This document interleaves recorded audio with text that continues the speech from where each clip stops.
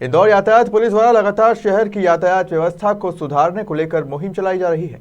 आखिर ये मुहिम कितनी कारगर साबित हो रही है, इसकी ग्राउंड रिपोर्ट जानने के लिए खबर मध्य प्रदेश की टीम ने शहर के प्रमुख चौराहों का जायजा लिया। लगातार बढ़ रही वाहनों की संख्या के चलते इंदौर शहर में यातायात का दबाव लगातार बढ़ता जा रहा है।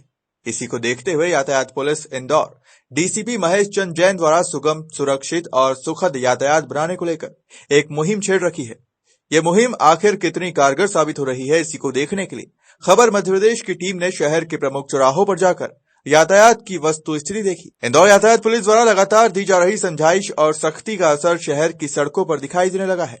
Navlakha, Bhanwarkuan, Regal, high court, LIG चौराहे हैं जहां ट्रैफिक सुचारू करना यातायात पुलिस के लिए एक बड़ी चुनौती था।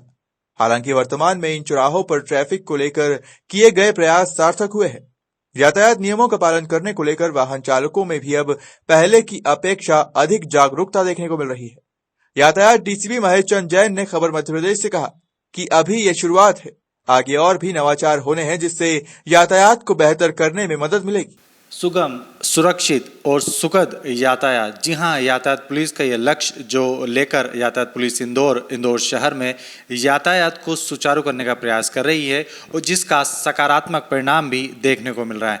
हमारे साथ चर्चा में है यातायात डीसीपी महेश चंद जैन सर, जिनके नेतृत्व में यह पूरा जो यातायात सुचारू को लेकर जो प्रयास किए जा रहे हैं उन्हीं के नेतृत्व में हो रहा है।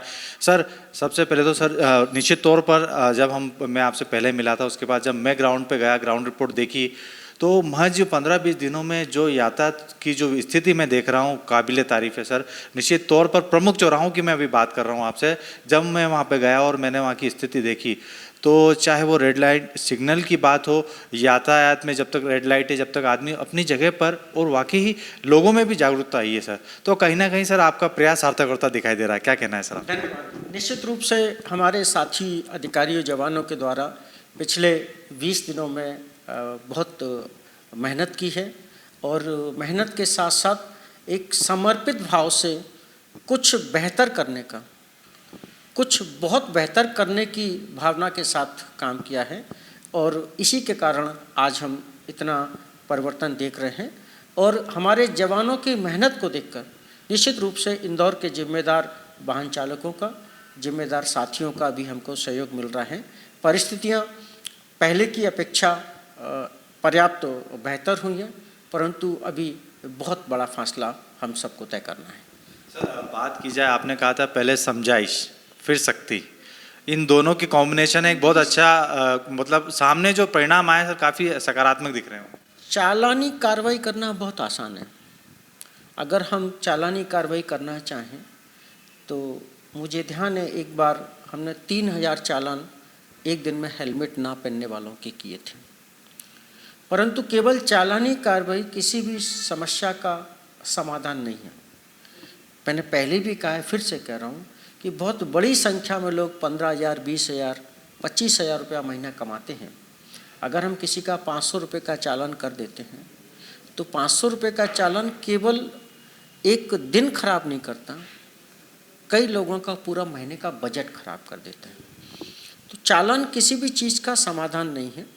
हमने बिना नंबर की गाड़ी, विशेषकर जो आवारा तत्व, संदिग्ध बदमाश टाइप के लोग हैं, ऐसे लोगों की गाड़ियों को पकड़कर और उनके निश्चित रूप से हमने अत्यधिक फाइन किए हैं। परंतु आम नागरिक है जो रोज़ खा रहा है, कमा रहा है या प्राइवेट नौकरी कर रहा है, स्टूडेंट्स हैं, हमने कोशिश की है कि सभी को एक मौका दें और इसी कारण 23 जनवरी तक बिना नंबर की गाड़ियों के चालान नहीं करने के लिए अपने सभी अधिकारियों को निर्देशित किया है। 24 जनवरी के बाद हम इसमें कार्रवाई करेंगे कि पर्याप्त समय देने के बावजूद भी अगर कोई नहीं समझता तो फिर निश्चित रूप से हम उसके खिलाफ कार्रवाई करेंगे। सर, सबसे बड़ी बात है वाहन चालक थे उनमें जागरूकता आए ताकि वो स्वयं समझे कि नहीं, यातायात पुलिस अपना काम कर रही है, हमें भी अब यातायात को लेकर समझना होगा और यातायात के नियमों का पालन करना होगा। कहीं ना कहीं सर इसमें भी जागरूकता देखने को मिल रही है। निश्चित रूप से जो जैसा कि बताया कि हमारा लक्ष्य है सुगम, सुरक्षित, सुखद यातायात, वही हम आम जनमानस से जो सड़क का उपयोग कर रहे हैं, वाहन चला रहे हैं, उनसे ये अनुरोध कर रहे हैं, कृपया जिम्मेदार नागरिक बने, कृपया जिम्मेदार नागरिक बने, यातायात के नियमों का पालन कर सावधानी से वाहन चलाएं, स्वयं भी सुरक्षित रहें, दूसरों को भी सुरक्षित रखें। हर स्तर से, हर माध्यम से हम अपनी इस बात को दोहरा रहे हैं, कृपया जिम्मेदार नागरिक बने, यातायात के नियमों का पालन कर सावधानी से वाहन चलाएं। और इस कोशिश को लगातार हर घर तक, हर वाहन चालक तक आपके माध्यम से, आप जैसे दूसरे जिम्मेदार इलेक्ट्रॉनिक प्रिंट मीडिया के माध्यम से, सोशल मीडिया के माध्यम से हम कोशिश कर रहे हैं और उम्मीद ही नहीं, विश्वास है बहुत जल्दी हर व्यक्ति तक ये हमारा संदेश पहुंचेगा। कृपया जिम्मेदार नागरिक बने, यातायात के नियमों का पालन कर सावधानी से वाहन चलाएं।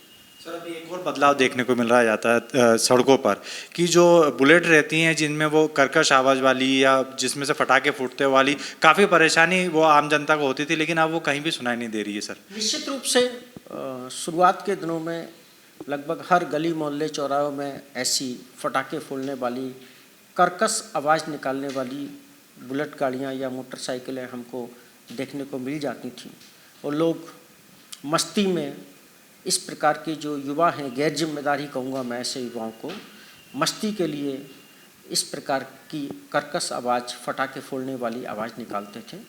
परंतु उनकी मस्ती से सड़क पर चलने वाले आम नागरिक को मानसिक कष्ट होता था।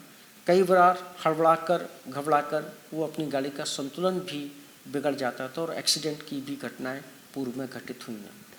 तो इस प्रकार के गैर जिम्मेदार तत्वों के विरुद्ध पुलिस के द्वारा पहले दिन से सख्त कार्रवाई की शुरुआत की गई। 350 से अधिक ऐसे मोटरसाइकिल, बुलेट आदि के हम लोगों ने बहुत हैवी चालान बनाए। 2-2 हज़ार रुपये प्रत्येक वाहन से भी हमने समन शुल्क वसूला। साथ ही 2500 मोटरसाइकिलों के हमने साइलेंसर भी चेंज कराए। इसी को और आगे बढ़ाते हुए पुलिस आयुक्त महोदय के द्वारा धारा 144 के तहत एक आदेश जारी किया गया, जिसमें केवल वाहन पे जो लगाते हैं इस तरह से मॉडिफाई साइलेंसर, उन्हीं के नहीं बल्कि जो इस प्रकार के साइलेंसर को गाड़ी में मॉडिफाई करते हैं, मैकेनिक या दुकानदार, उनके विरुद्ध भी कार्रवाई की शुरुआत की है।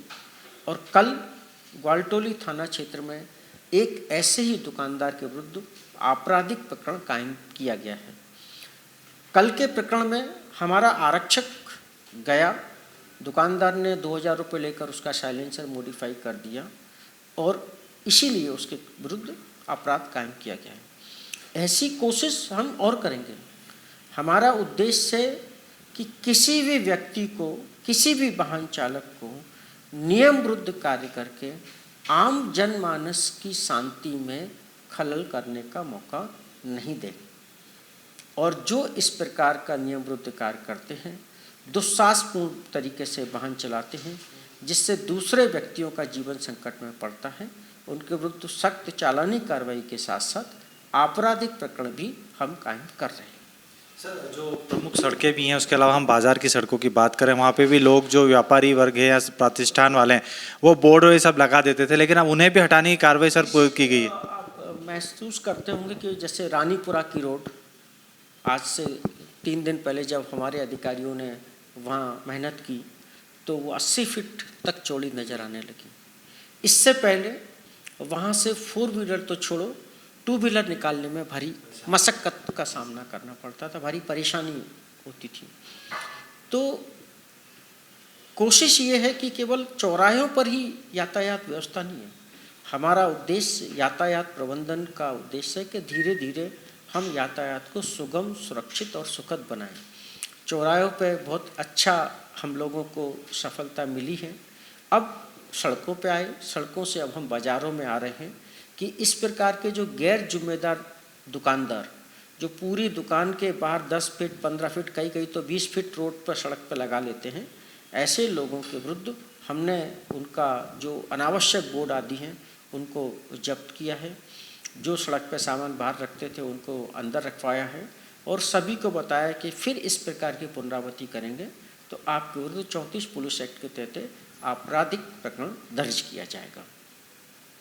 किसी भी व्यक्ति को सड़क पर दुकान लगाने की अनुमति नहीं दी जाएगी, बल्कि मैं तो आम जनमानस से भी ये अपील करना चाहूँगा, शहर के जिम्मेदार बहन बेटियों से भी अपील करना चाहूँगा कि ऐसे दुकानदार जो सड़क पर सामान रखते हैं उनके यहाँ से सामान की खरीदारी ही ना करें, क्योंकि बिक्री बढ़ाने के लिए सड़क पर सामान बढ़ाना जरूरी नहीं है, अपना व्यवहार और कार्य की गुणवत्ता बढ़ाना ज़्यादा महत्वपूर्ण है। किसी भी दुकानदार का यदि जो सामान है वो उत्तम क्वालिटी का है, उसका व्यवहार अच्छा है, तो लोग उसको ढूंढते हुए भी आएंगे, ना कि सड़क पर सामान फैलाने से आएंगे। सर, आने वाले समय में और यातायात सुधार को लेकर किस तरह के नवाचार देखने को मिलेंगे? सर, बहुत सारी चीज़ें हम लोगों ने अपने स्तर से कोशिश की है, क्योंकि अभी हम कह सकते हैं कि हम कुछ कदम आगे बढ़े हैं और मीलों चलना है, बट संतोष केवल इस बात का है कि जो कदम हमारे साथियों ने मिलकर बढ़ाए हैं वो बड़े ही सकारात्मक हैं और उनके परिणाम सड़क पर दिखाई दे रहे हैं। परंतु अभी हमको मीलों का फासला तय करना है और धीरे धीरे इसी तरह से हम रोज़ एक कदम आगे बढ़ेंगे तो ये फासला भी हम जल्दी पूरा करेंगे। जो संसाधन है यातायात का, वो मेन संसाधन है सड़कें। सड़कें जो उपलब्ध हैं वह तात्कालिक रूप में ना बहुत चौड़ी हो सकती और कई की तो सीमा आ गई है कि उससे चौड़ी संभव ही नहीं है और ना ही वो एकदम नई बनाई जा सकती। इन सड़कों पर ही बेहतर यातायात के लिए हम सबकी जिम्मेदारी है कि हम सड़क पर अनुशासन के साथ वाहन चलाएं और जब मैं, आप और सब मिलकर सड़क पर अनुशासन प्रदर्शित करेंगे तो निश्चित रूप से हम अपने शहर को एक ऐसे मुकाम पर ले जाएंगे जैसे आज स्वच्छता में इंदौर का नाम है। आने वाले वर्षों में यातायात के क्षेत्र में भी इंदौर प्रदेश में, देश में एक सम्मानीय स्थान की स्थिति में होगा। निश्चित तौर पर जिस तरह सर ने कहा कि यदि हम सड़क पर भी यदि अनुशासन का पालन करेंगे और यातायात नियमों का पालन करेंगे तो निश्चित तौर पर यातायात में भी, यातायात सुधार में, यातायात व्यवस्थित करने में भी हम सबका योगदान कारगर साबित होगा और इंदौर शहर यातायात में भी नंबर 1 साबित होगा। पहले समझाइश और फिर सख्ती कहीं ना कहीं यातायात को सुधारने में कारगर साबित हुई है। कैमरा पर्सन गोल्डी के साथ जतिन ठाकुर, खबर मध्य प्रदेश, इंदौर।